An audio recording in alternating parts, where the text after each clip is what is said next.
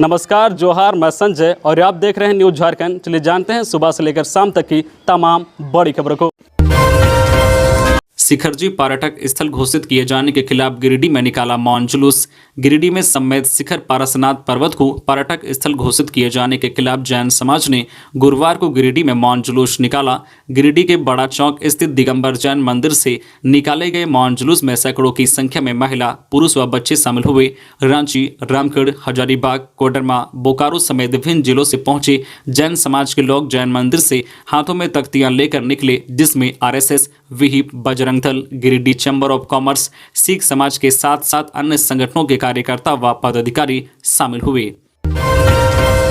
झारखंड में जानलेवा हुई ठंड, 3 की मौत। कोहरे और शीतलहर के कारण झारखंड में ठंड जानलेवा हो गई है।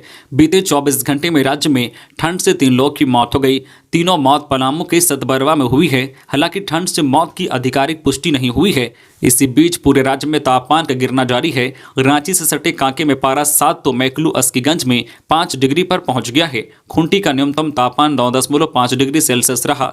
राज्य में पिछले 24 घंटे में मैकलू अस्कीगंज सबसे ठंडा रहा। उधर पलामू में भी कड़ाके की ठंड पड़ रही है। सतबरवा में 24 घंटे में 3 लोगों की मौत हो गई है। परिजनों का दावा है कि मौत ठंड से हुई है। वहीं सिविल सर्जन ने कहा है कि सतबरवा के प्रभारी चिकित्सक प्रभारी से रिपोर्ट मांगी गई है। मृतकों में मेलाटांड के महावीर मोची, ठेमी के बरतू भुइयां और गौरा की बुधनी देवी शामिल हैं। रांची का अधिकतम तापमान भी सामान्य से 2 डिग्री नीचे है। यहां अधिकतम तापमान 23.2 डिग्री सेल्सियस और न्यूनतम 10.2 डिग्री रहा। मौसम वैज्ञानिकों की माने तो राज्य में अगले 24 घंटे में तापमान और गिरेगा। अगले 3 से 4 दिनों तक यह सिलसिला जारी रहेगा। डोर स्टेप डिलीवरी से हजारीबाग के 1469 सरकारी स्कूलों में पहुंचेगा एमडीएम का राशन। शिक्षकों को मिलेगी राहत।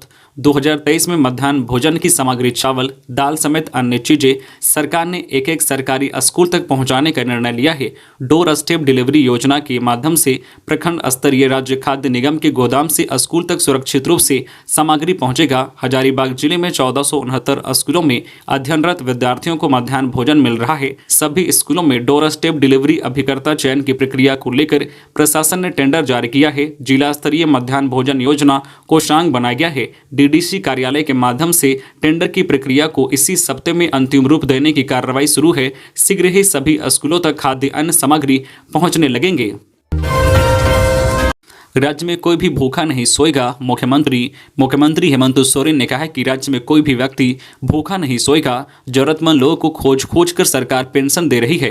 पूर्व की सरकार में पेंशन के लिए प्रखंड कार्यालय का चक्कर लगाना पड़ता था। अब पेंशन दिलाने के लिए सरकारी कर्मी पेंशनधारी के घर तक पहुंचकर पेंशन दिलाने का काम कर रहे हैं। मुख्यमंत्री साहिबगंज के पतना में पार्टी के कार्यकर्ताओं को संबोधित कर रहे थे। मुख्यमंत्री ने कहा है कि राज्य में विकास की गति अब जोर पकड़ेगी। 2 साल कोरोना महामारी के कारण सरकार ठीक से काम नहीं कर सकी। सरकार अब विभिन्न योजनाओं के माध्यम से लोगों को लाभ दिलाने का काम शुरू कर दिया गया है। बेरोजगारी को दूर करने के लिए युवाओं के लिए स्कॉर्पियो, ट्रैक्टर, होटल, राशन दुकान सहित अन्य चीजें चलाने के लिए सरकार ऋण उपलब्ध करवा रही है। खबरों में आगे बढ़ने से पहले आपसे रिक्वेस्ट है कि अगर आप चैनल को सब्सक्राइब नहीं किए हैं तो प्लीज चैनल को सब्सक्राइब करके बेल आइकन प्रेस कर दे, जिससे आपको झारखंड की हर छोटी बड़ी खबर का अपडेट आप तक पहुंचता रहे। चलिए बढ़ते हैं खबरों की ओर।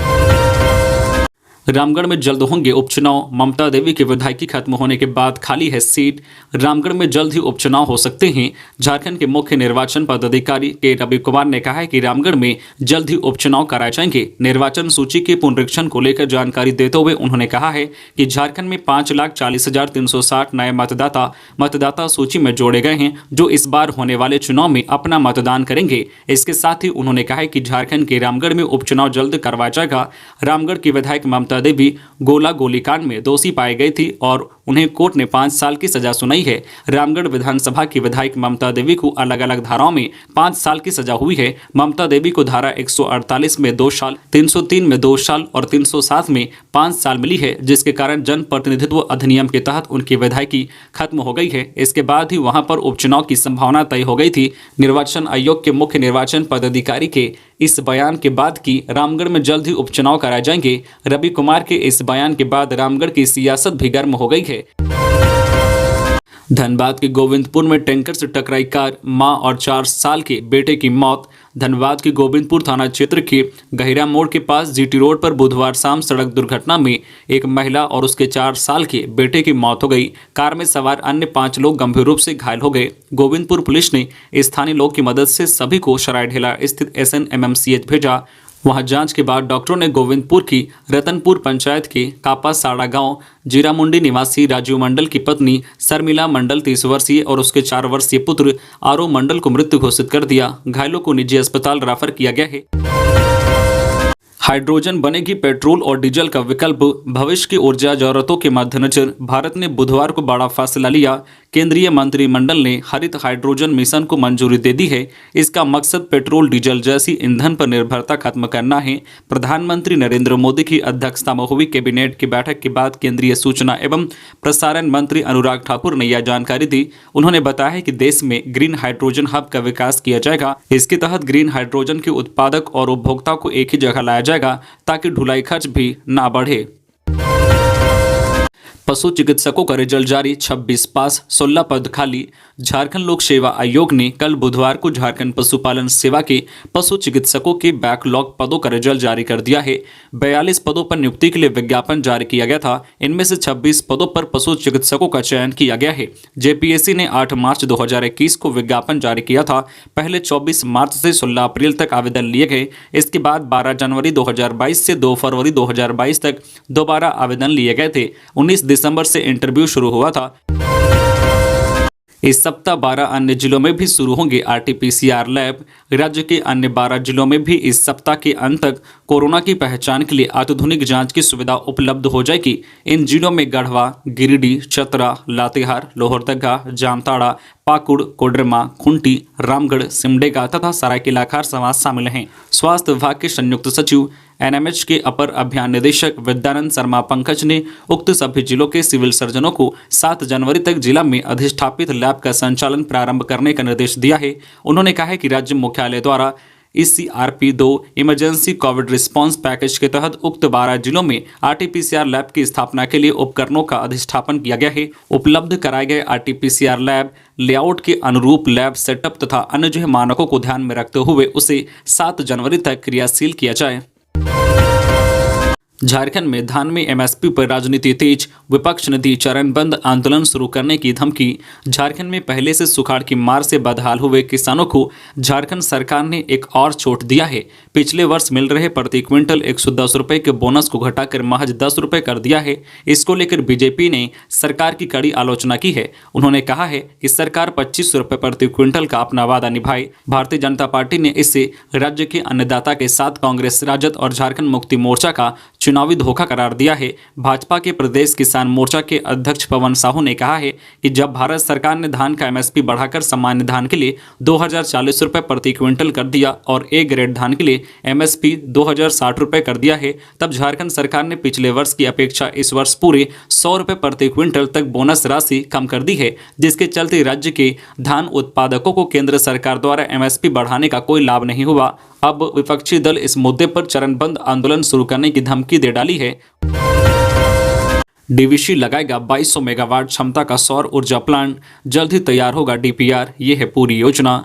DVC अपने कमांड एरिया में 2200 मेगावाट क्षमता का सौर ऊर्जा प्लांट लगाएगा। ये कमांड एरिया के अलग अलग इलाकों में लगाए जाएंगे। इसका DPR भी तैयार कर लिया गया है। DVC के सूत्रों ने बताया कि 2000 मेगावाट का फ्लोटिंग सोलर प्लांट लगाया जाएगा, जिसमें मैथन, तिलैया और पंचेत डैम में 600 मेगावाट की क्षमता का फ्लोटिंग सोलर पावर प्लांट लगाया जाएगा। वही कोनार डैम में 200 मेगावाट क्षमता का प्लांट लगेगा।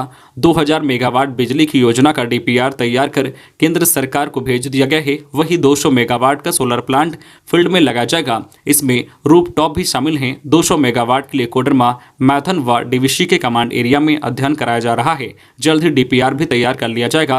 पहले चरण में 10 मेगावाट के प्लांट के लिए कोडरमा में स्थल चयन कर लिया गया है। जल्द ही आगे की कार्रवाई की जाएगी। गिरिडीह के जाने माने युवा व्यवसायी अजय टारको का निधन। गिरिडीह शहर के जाने माने युवा व्यवसायी अजय टारको का निधन हो गया। देर रात को उनका निधन हृदय गति के रुक जाने से हो गया। उनके निधन के बाद जिले भर के व्यवसायियों में शोक की लहर दौड़ गई। काफी संख्या में लोग उनके घर पर पहुंचकर शोक व्यक्त कर रहे हैं। वे शहर में सबसे पुराने मोबाइल दुकान टारको टेलीकॉम के संचालक थे। इसके अलावा कांधवी कांग्रेस का छात्र संगठन NSUI से भी जुड़े हुए थे। जम्मू में 2000 और जवान तैनात होंगे। जम्मू कश्मीर में केंद्रीय रिजर्व पुलिस बल CRPF की 20 अतिरिक्त कंपनियां तैनात की जाएगी। इनमें 2000 से अधिक जवान होंगे। सूत्रों के अनुसार इन जवानों को मुख्य रूप से जम्मू क्षेत्र के राजौरी और कुछ जिलों में तैनात किया जाएगा। केंद्र सरकार ने राजौरी में हाल में हुए 2 आतंकी हमले और हमले की खुफिया जानकारी के आधार पर यह फैसला लिया है। सूत्रों के अनुसार CRPF की 8 कंपनियां तुरंत आसपास के तैनात स्थलों से भेजी जाएगी, जबकि 10 कंपनियां दिल्ली से भेजी जा रही है।